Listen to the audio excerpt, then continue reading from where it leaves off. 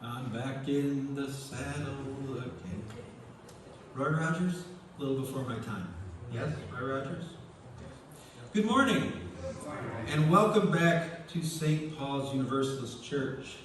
It is good to be with you today after a soggy summer that continues to be soggy. After this last week, I'm starting to think that August and September called each other and said, hey, can you switch shifts with me? I don't know. But anyway, speaking of soggy, as is our tradition, today we'll be holding our annual water communion. If you brought your own water, great. If not, we have a pitcher up here to symbolically represent anything you'd like to contribute during that time. In the way of announcements, the newsletter for September and October was mailed earlier this week. Are there any copies on the back that need to? Yeah, there's a few. Okay, good. The mail's delayed out in Fort Plain. I haven't seen mine yet. but that happens. That happens. It has been brought to my attention that people miss. I used to do a weekly email to anyone that wanted to be on the list to let them know what was coming, or any changes or any significant announcements that might not necessarily mean the phone tree needed to be activated. But anyway, if you would like that reactivated, I can put a sheet of paper out and get your names and whatnot, and I need to reconstruct that.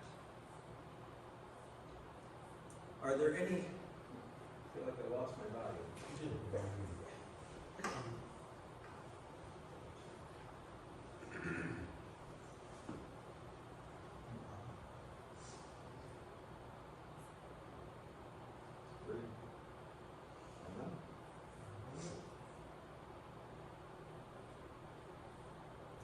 Testing.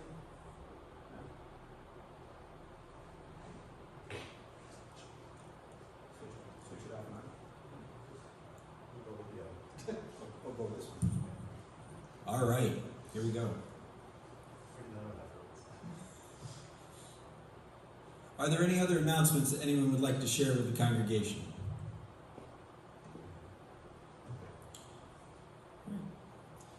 Hearing none, let us proceed to our call to worship.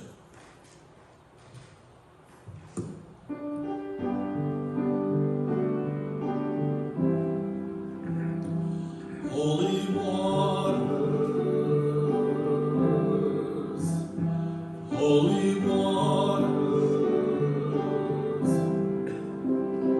holy waters, bathe us in forgiveness.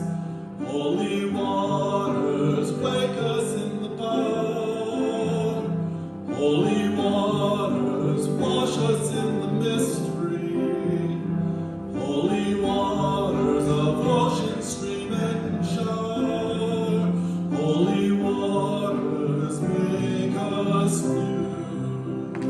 Holy waters, make us whole. Holy waters, make us free. Holy waters, make us one.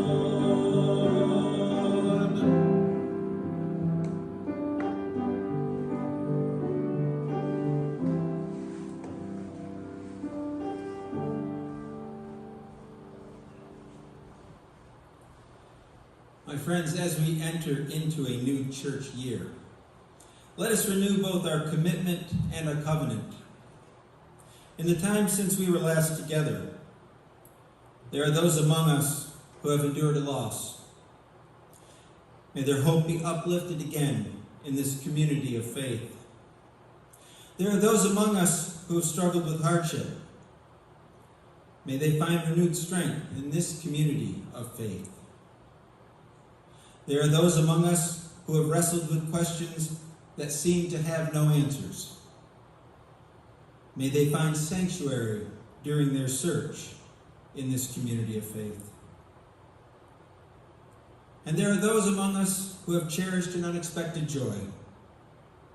May their rejoicing be celebrated in this community of faith. As we commit to continue our free and responsible search for truth, may we covenant to honor the many paths that have led us back to this community of faith.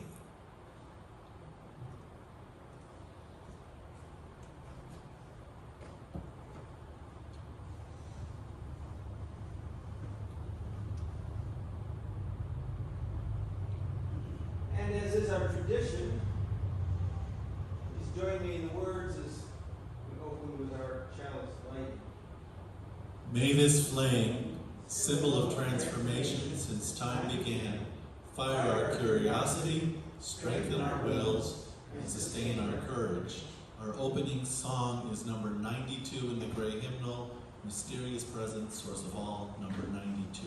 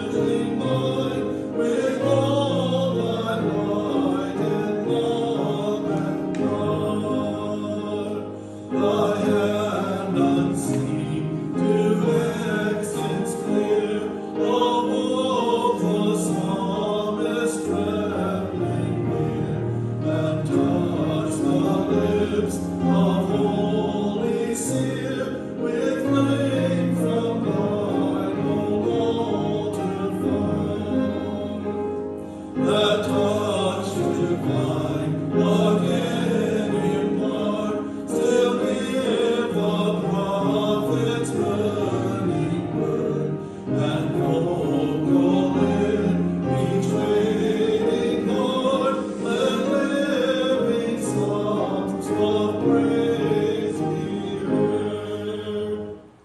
Please remain standing and join me in the words of affirmation. Love is the doctrine of this church. The quest of truth is its sacrament, and service is its prayer.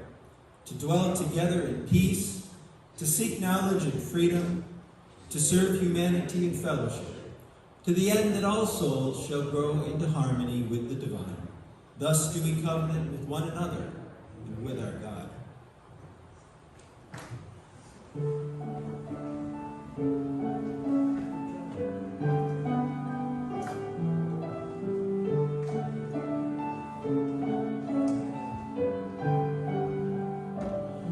Can you hear the song of the river, the voice of the gentle stream?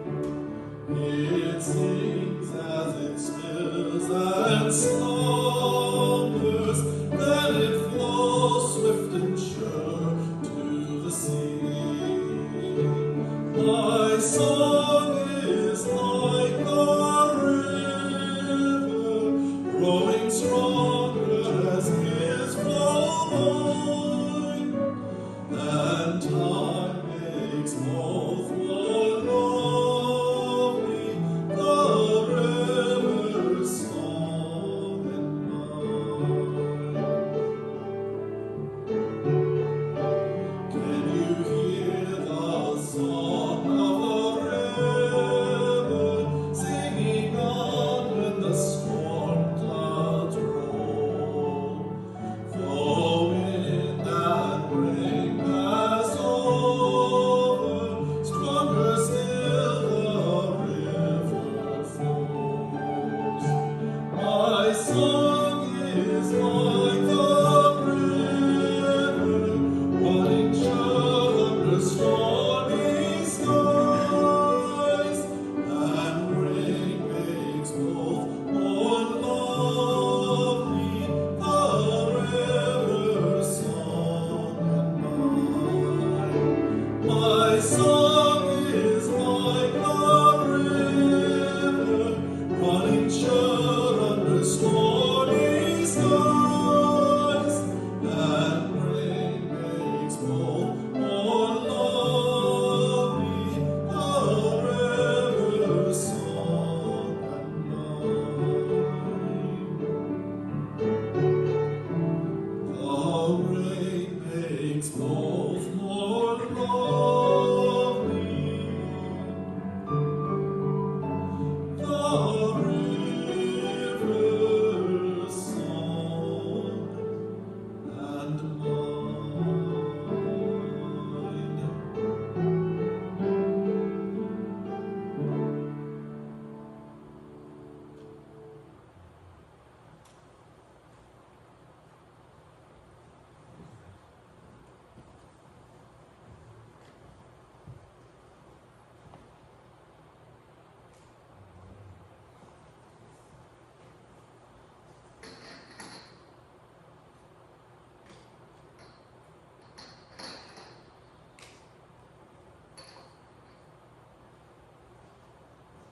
We are now at the time of the service where we share joys, sorrows, and concerns.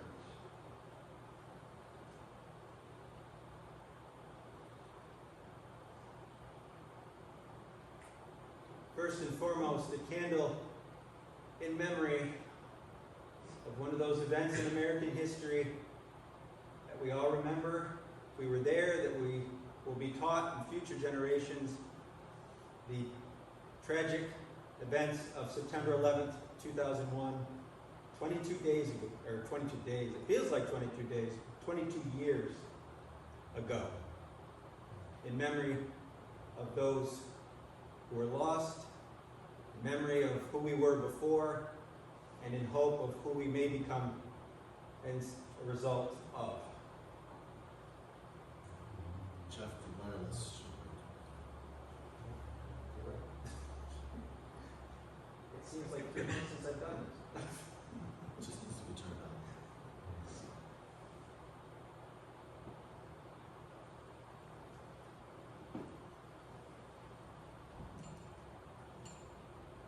on. There were all sorts of birthdays this week. That is definitely on. Faith Scott had a birthday this week.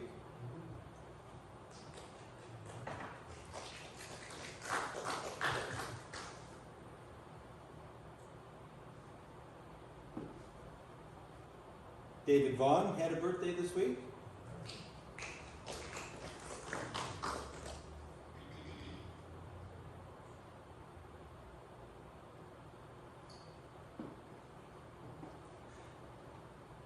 Mary Davis had a birthday this week.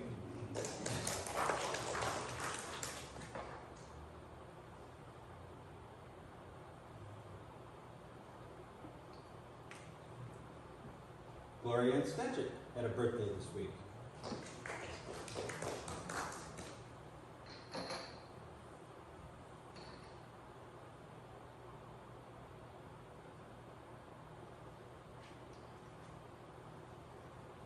Our friends Pat and Marty celebrated 67 years of marriage this week.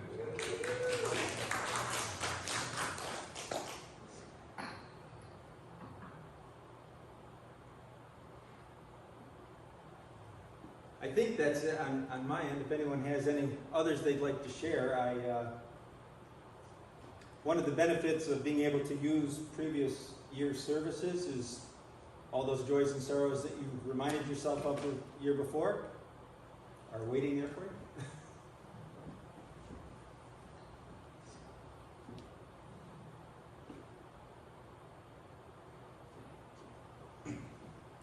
So I like this candle for a few joys.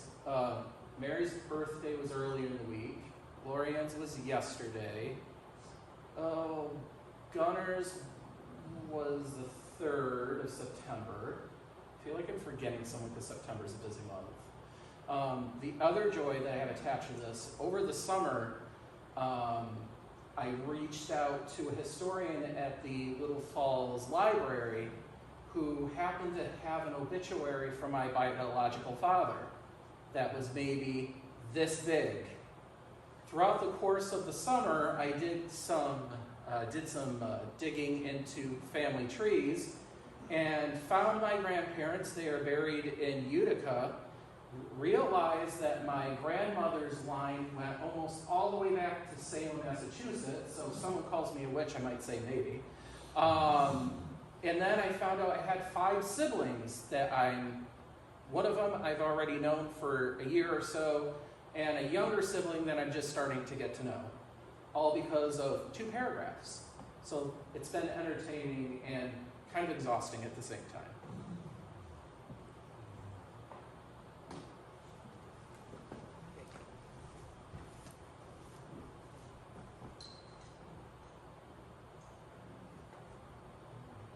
So this is from my husband's baby sister, and she was the last in, but the first out, and she was such a bubble of light, but she left us 2 weeks ago, kind of suddenly, and kind of shifted the whole family's world in a good way, I think. I think we'll all be less apt to think we might plan anything. Anyway, Susie, we love you. It was a beautiful celebration. Just a reminder, if you want people to hear you, you have to be close to the microphones like you're going to lick an ice cream cone. But don't lick the mic. Close but not too close. This is a candle of joy. Tomorrow was my mother and stepfather's 50th wedding anniversary.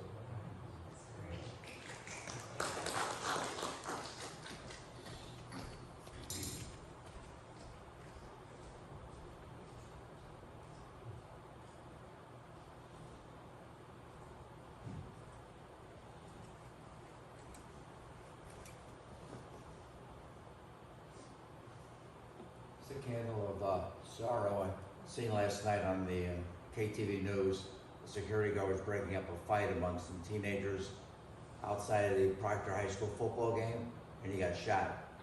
He was shot in the back of the head. They didn't have any update on his, how well he was doing or if he's still alive. I don't know. We say some prayers for him.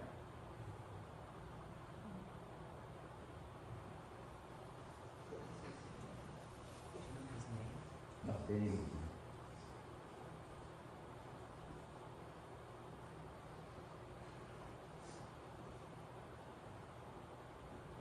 And as is our tradition, we light a final candle for any joys, sorrows, or concerns that go unspoken but remain in our hearts and minds.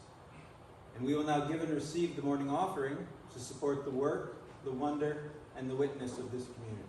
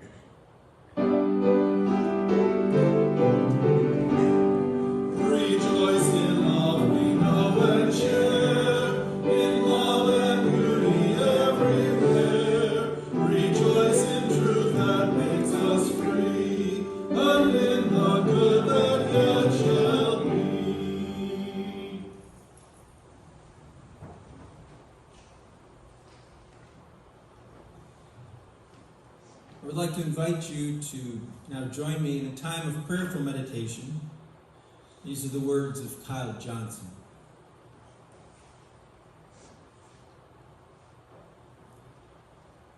Mystery of the universe, you who some think of not as a being among other beings, but as the very ground of being itself. Thank you for this day, for another sunrise, another chance for us to witness the wonders of creation. We know that yours is a creation that is truly double-edged, a yin-yang universe. For it is indeed one in which the life-giving flame can also burn, but it is also one in which the dark, cold, misting rain gives rebirth to spring. And it is one in which, paradoxically, our acquaintance with pain and sorrow can help us better appreciate pleasure and joy. Help us then to have the courage and strength to embrace it all, to embrace what is. Help us, we who are similarly double-edged, whose love for those closest to us can so easily provoke our own tribal instincts and prejudices, whose own pain, rather than fostering empathy and compassion, may turn us inward, to dig moats, to build walls rather than bridges. And so help us to embrace this double-edged yin-yang universe with courage and with strength. But above all, help us to do so in a spirit of love and compassion. For this, it seems, is our eternal challenge, as it is also the wellspring of our eternal salvation. Let us now share a moment of silence where we listen to the wisdom of our hearts and minds.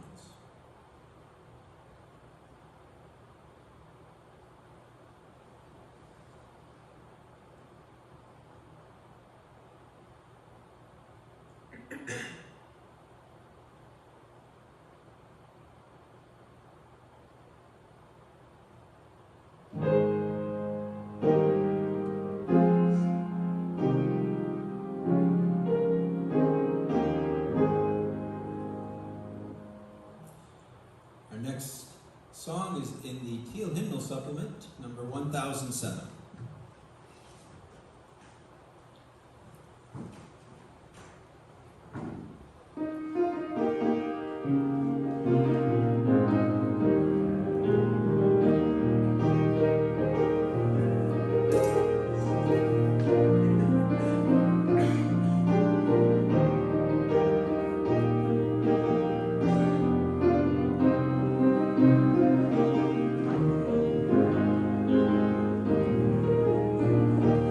There's a river flowing in my soul. There's a river flowing in my soul. And it's telling me that I'm somebody. There's a river flowing in my soul. There's a river flowing in my heart. There's a river flowing in my heart, and it's telling me that I'm somebody.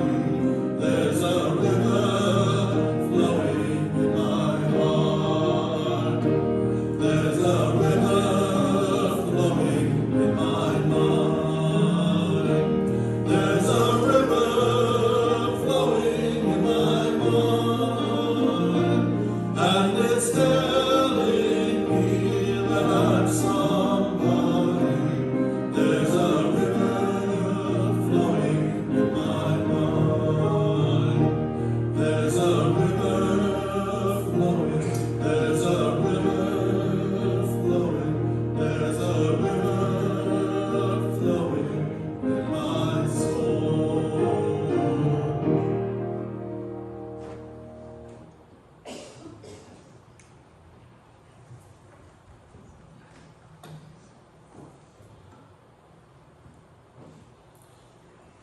My friends, I don't have to tell you that modern life is busy, crazy, hectic. We live in a society where multitasking, or trying to juggle several things all at once, has become the norm. Some of you sitting out there can remember simpler times, times when stores closed early in the evening, when Sundays really were a day of rest, and when it was perhaps easier to just sit and reflect upon your day. Today, we are always looking ahead. The work week starts, and we look forward to the weekend. We wake up and we immediately start looking ahead to our day. Our vacation ends, and we start dreaming about the next one. We worry about our health, or our finances, or our loved ones. And we have anxiety over 100 different scenarios that may come to pass. Of course, we don't just fixate on the future. We also can get stuck dwelling in the past. Perhaps we think about the proverbial good old days, when life was simpler or better, or we were younger, less burdened, happier, healthier. It helps us to look back on these times in our lives. Perhaps doing so helps to relieve us of our sadness, our regret, or just the plain old boredom of what's going on in our lives at that very moment. I'm not saying that it is necessarily wrong to plan for the future or to reminisce about the past. But when we really think about it, we hardly ever focus on the present, what's going on right now. In fact, we do this so often that we are rarely present in our own lives. For example, I'll use myself as an example. I am standing up here. I am aware that I am leading a church service. That is my present state, but there are all sorts of things going on in my head. I'm wondering if this sermon will be worth your time, or if you will think that you should have skipped church this week. Speaking of sermons, a part of me irrationally fears that the day will come when I run out of things to say up here. I'm thinking back to the summer, wondering how it went by so quickly, while at the same time I look forward to the fall and sort of dread the winter. I'm thinking about how I hope I will be able to rest this afternoon while also worrying about what challenges the newly started school year will bring. I think about how next month will mark my 9th year as your minister and wonder where the time has gone. See how that goes? Any one of us could do that if I said, okay, what's going through your head right now? It'd probably be a cascade of thoughts. The Buddhist tradition has a term for this. It's called monkey mind.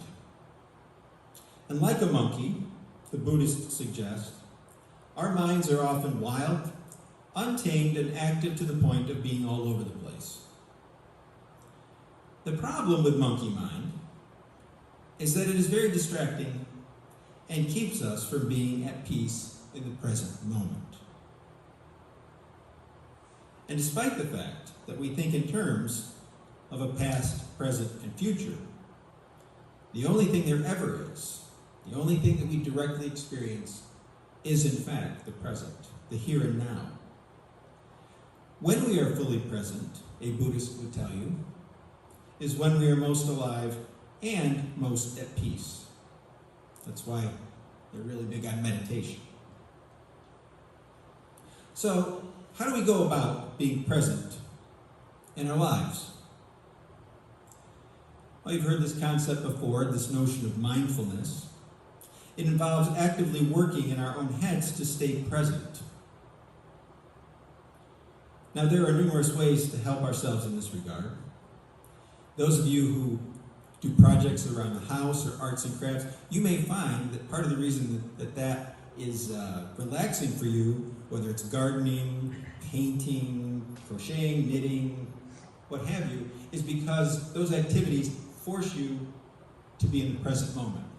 You can't really, paint the wall while you're looking over here, not if you want it to look right. So, in the way of advice on how to live in the present, given that it is the day of our water communion, and it's been an unusually wet summer, and the weather even cooperated for the sermon today, I thought that I would show you how to let it rain in your lives. This is a practice taught by the Buddhist teacher Michelle McDonald. The idea of letting it rain comes from the notion that each letter of that word, R.A.I.N, is associated with a term that helps us to be mindful. Not only will practicing these concepts help us to be mindful, they can help us to transform our thoughts and ease any suffering caused by difficult moments in our lives. And one of the central beliefs in the Buddhist tradition is that life contains suffering, but that we can control our response to it. So let's begin. R, recognition. The first step in solving any problem is to recognize that there is a problem in the first place. And the first step in being mindful is to recognize that we get stuck. Maybe we're stuck worrying about the future or longing for the past, as I was talking about earlier. Or it can be like when my kids used to come home from school, and I would ask them, what was happening during the day. Those of you who have raised children or have had children in your lives, you probably are acquainted with this. How was your day? I don't know. Well, what did you do? Nothing. Or someone asks us what's on our minds or what seems to be bothering us, and we immediately say, oh, nothing. But the truth is that there's always something going on as far as our thoughts or feelings are concerned. Maybe we don't want to be bothered with them, or perhaps we consider it a weakness. It's a big thing in our society that it is a weakness to somehow acknowledge that something is going on in our minds or in our hearts or both. But if we don't acknowledge what is really going on in our lives, we're living in denial. It is okay, for example, to admit to ourselves that we feel sad or angry or hurt or scared or excited or tense or happy or jealous. It is also okay to acknowledge that we harbor certain thoughts that go with those feelings. Psychologists have argued for decades. What comes first, thoughts or feelings? What gives, it's like the chicken and the egg. Does your thought yield your feeling, or does your feeling yield your thought? The key is understanding that in order to go forward, we need to recognize the reality of what we are experiencing, what we are going through at that time, without denying or judging ourselves. That's the tricky part. A lot of times we think, well, I feel this way, but I shouldn't feel that way. But you do feel that way. So why deny it? Acknowledge it and work with that. That's where we have to start. As the Buddha himself said, we can be a lamp in the darkness. We have it within us to see things the way they are. This leads us to A, acceptance. Acceptance is what allows us to be open to the facts and feelings that are before us. Acceptance is crucial because even though we may recognize our thoughts and feelings, if we stop right there, we may find ourselves resistant to go any further. We may get caught up in wishing that we weren't feeling or thinking the things that we do. For example, we may recognize that we are angry with someone, but then we may feel uncomfortable with that anger and try telling ourselves that we shouldn't be feeling that way when in fact we already do feel that way. Acceptance is basically looking at whatever is going on in our hearts or minds and admitting it is there without judgment of ourselves. Sometimes people think of acceptance as being somehow passive or giving in. That's a huge problem in our current society. But that's not what acceptance really is. Acceptance is a willingness to allow ourselves to be truthful to where we are without denial or resistance. In the Zen Buddhist tradition, there is a saying, if you understand, things are just as they are. And if you don't understand, things are still just as they are. There's a phrase we use today. My sister Janet says it a lot. It is what it is.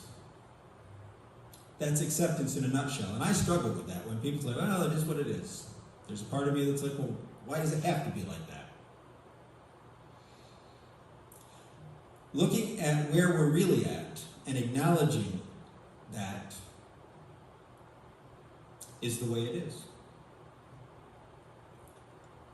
Next is I, investigation. So we've recognized our thoughts and our feelings. We've worked on accepting that this is where we are in our head or in our heart at the moment. The next thing to do on the path of mindfulness is to investigate those thoughts and feelings. In mindfulness practice, investigation involves looking at 4 areas of ourselves. They are known as the 4 foundations of mindfulness: body, feelings, mind, and this concept called Dharma. Here's how we can apply these 4 foundations. Starting with our bodies, we mindfully find where we are holding our difficulties. Is it throbbing in our heads?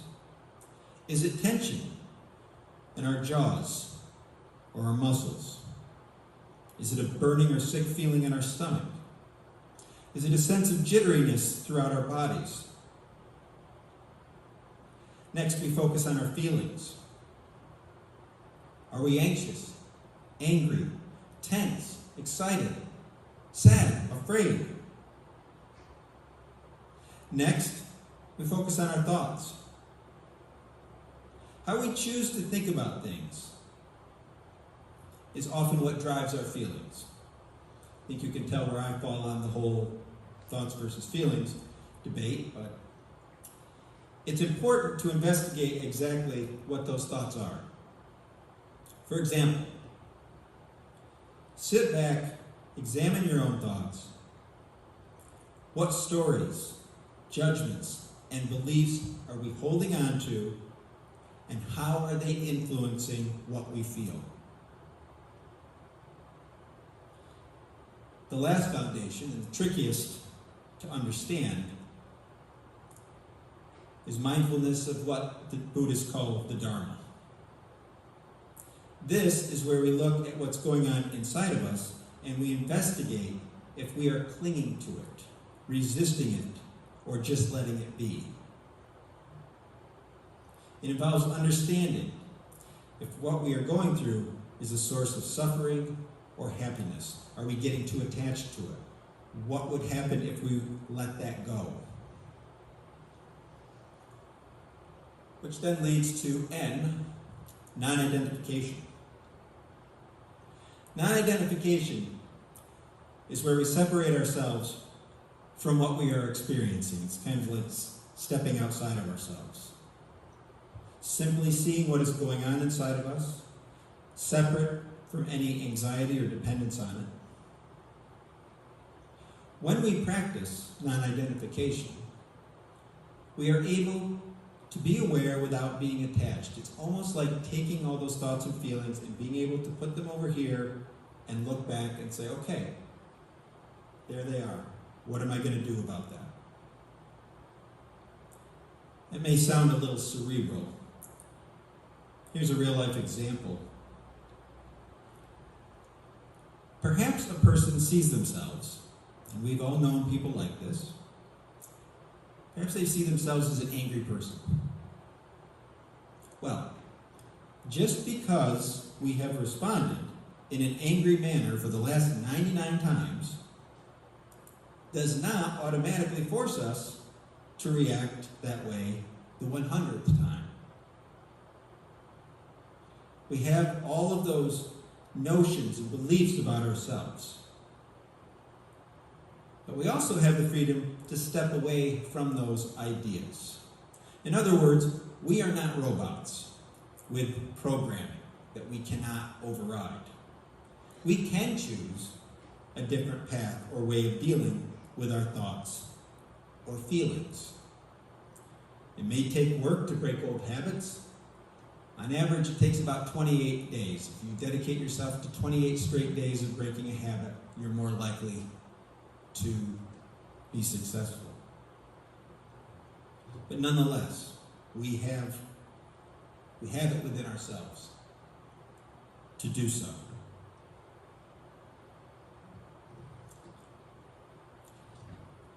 That is how we practice letting rain fall in our lives. Recognition, acceptance, investigation, and non-identification. Like all things, they take practice. But I offer these today as one possible method as we set out on another year of church, another year of our lives, to be more at peace in those lives. Whether it involves everyday stress or something more persistent. All we have, all we ever really have,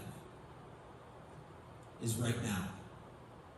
And if we can be mindful, if we can be present in our lives without getting hung up too much on the past or worrying about the future, you may be surprised at how peaceful you feel.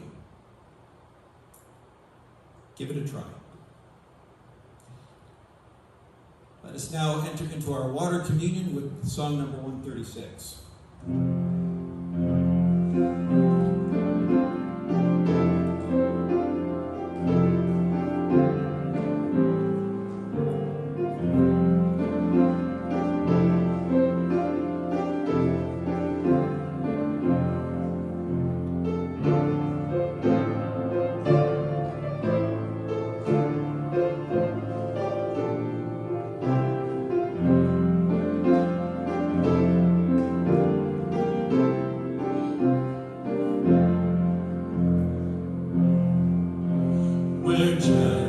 tides go rolling by among the salty strand. The colors blend and roll as one together in the sand. And often do the winds entwine to send their distant call. The quiet joys of humankind when love embraces all. Where road and we together rise among the common ground. The mare and stallion, light and dark, have thunder in their sound. The rainbow sign, the blended flood, still have my heart enthralled. The quiet joys of what we share when love embraces all. But we have come to plow the tides, the old lies on the ground. I hear their fires in the field, they drive the stallion down. The roses bloom both night and dark, the winds do sail and call. The running sands recall the time when love embraces all.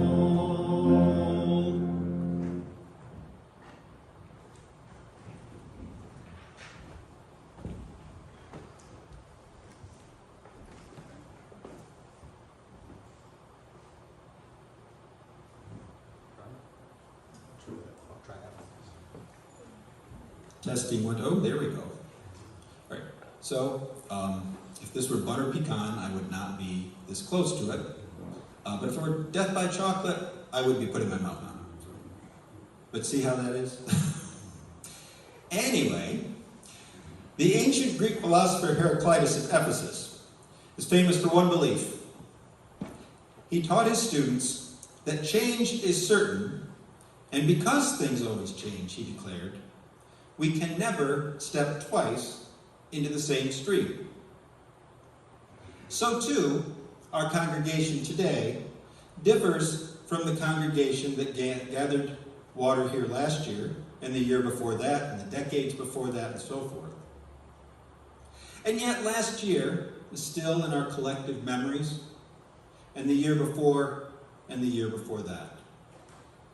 It is our tradition to mix in some water saved from our previous year's water communion, adding it to this year's gathered waters. In that way, the past is carried on with the present. Our past is always with us. It helps to make us who we are. A portion of the water in this bowl was gathered in this congregation's very first water ceremony. The waters that we add today will in turn connect us with the future. At this time, I invite anyone who is so inclined to do so, to come forward, to share their water or water from the pitcher, and share their stories. Where have you been? What have you been up to since we last were all together?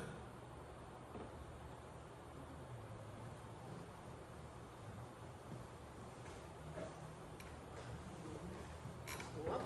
Did this come up? I never did this before. Someone who did it before should show me. Pour the water in the bowl and, Is it? yeah, and then tell you so. Just a little bit. Not the whole jar? No. Is there ice in it? Yeah, there's no baptism, it's just water. Froze it. Maybe 20 years ago. All right. I'm Just- getting worried about this whole thing. That's my lovely stream water that we've been drinking out of the bottle, so you got all kinds of good stuff in there. What have we been up to? We've been trying to keep out of trouble, trying to do what we're supposed to do, and I think we're doing it. I'm glad that this is back. We've been hanging out in the Lutheran church that really is a Catholic church. We got all confused there, but it's all okay. And the waters connect us all, so I'll leave it at that.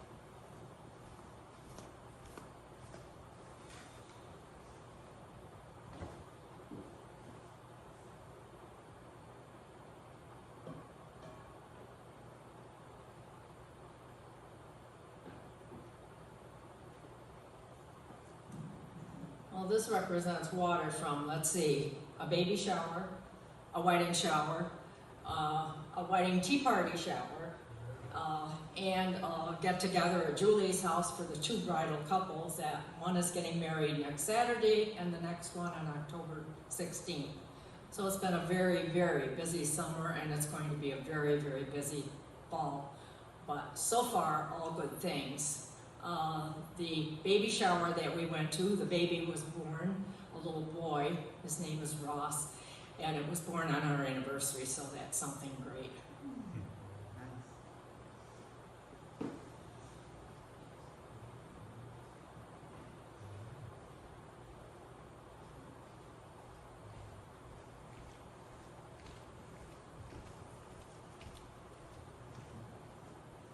This is some water from our camp at Kroger Lake. We're on East Kroger Lake, and this summer was our 23rd summer there.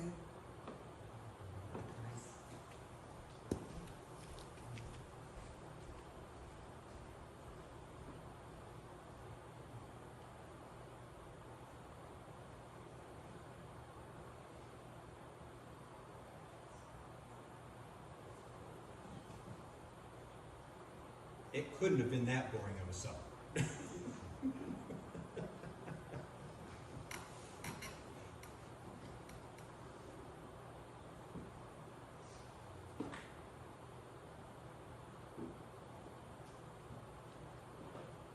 If I remembered about this, I would have gone somewhere. Instead, Utica was about the limit of it, and I was thankful that Salisbury was open most Sundays for services. And I'm just thankful that I live in such a beautiful little place. There's the little falls.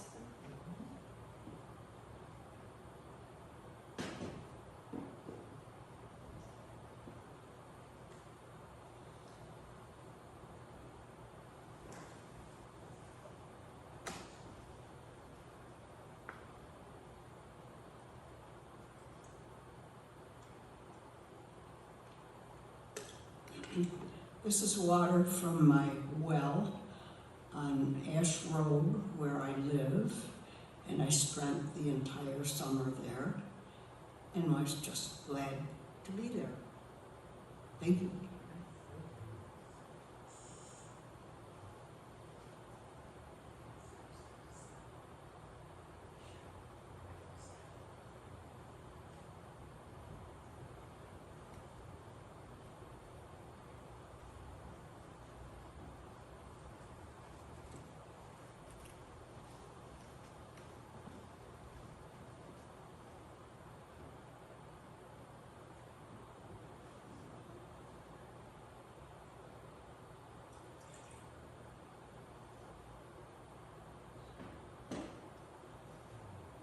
That water represents the group of myself and 3 other people. We played in the fundraiser for the Rotary at the Rotary Golf Tournament at MB Golf and Event Center here in Little Falls.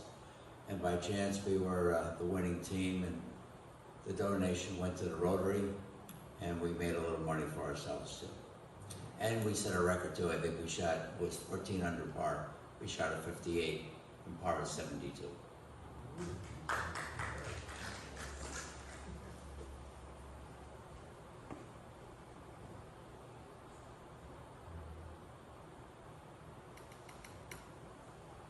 Forgot to mention too, the team was sponsored by Dr. Piana.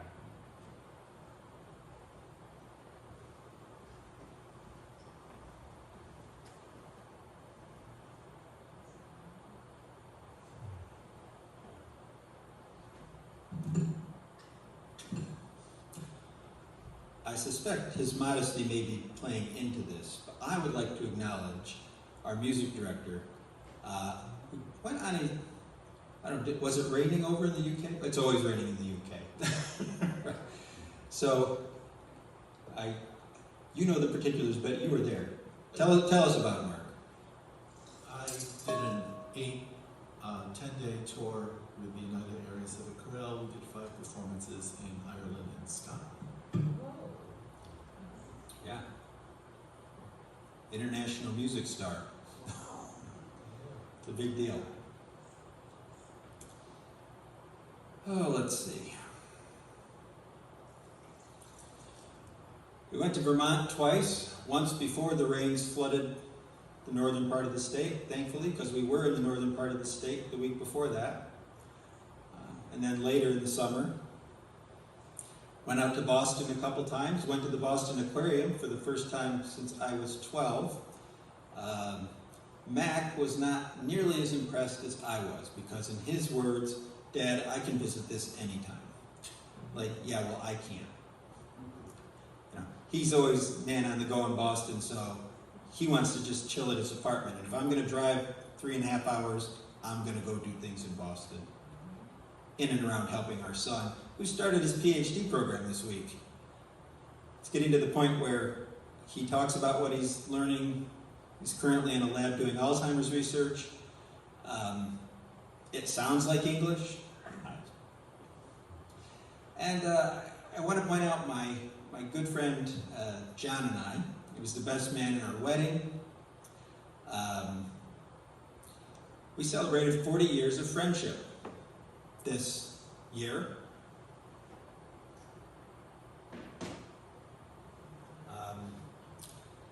We went up to Ticonderoga, and our friendship started with this gesture from Star Trek. He popped his head in the tent at summer camp, and he said, "Greetings, aliens," and I knew what that meant. And we got talking, and we've been friends ever since. So we went to the Star Trek exhibit. They have the lab there, and we splurged, and they'll follow you around with a camera. And those of you who have, are either in your 50s or have gone through your 50s, kind of now you get to a point where I don't really care what people think about me anymore. So yeah, I put on the uniform when I got my picture on the bridge sets, and it was cool. And then he had never been to the Baseball Hall of Fame, so that was our Friends-iversary part 2. So,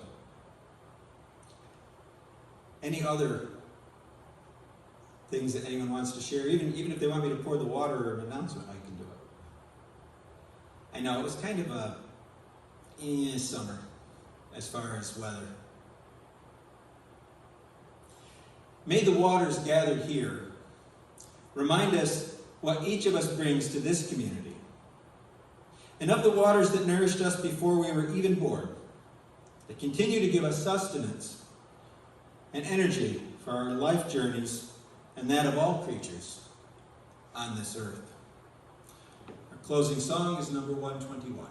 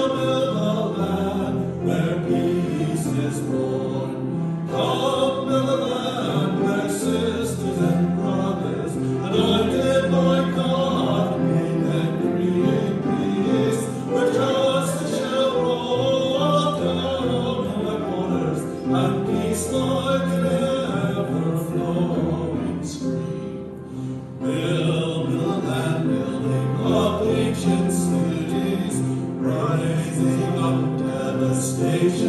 from old, restoring ruins of generations. Oh, we'll build a land of people so bold.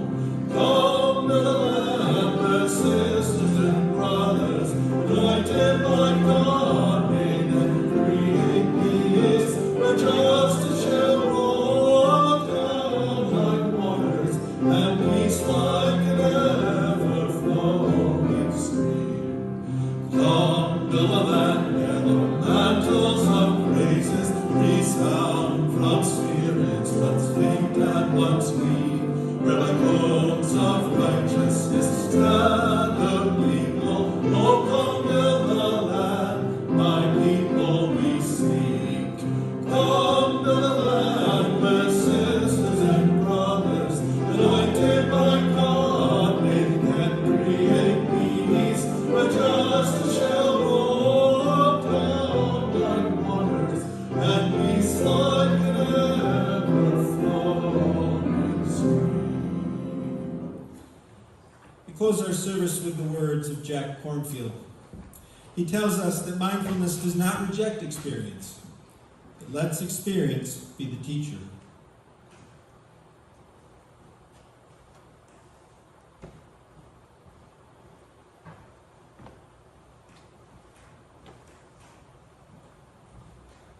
And please join me in the words as we extinguish our chalice.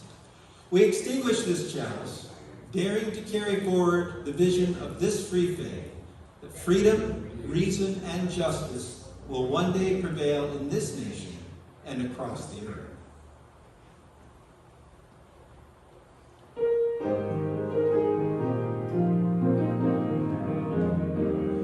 Be ours a religion which like sunshine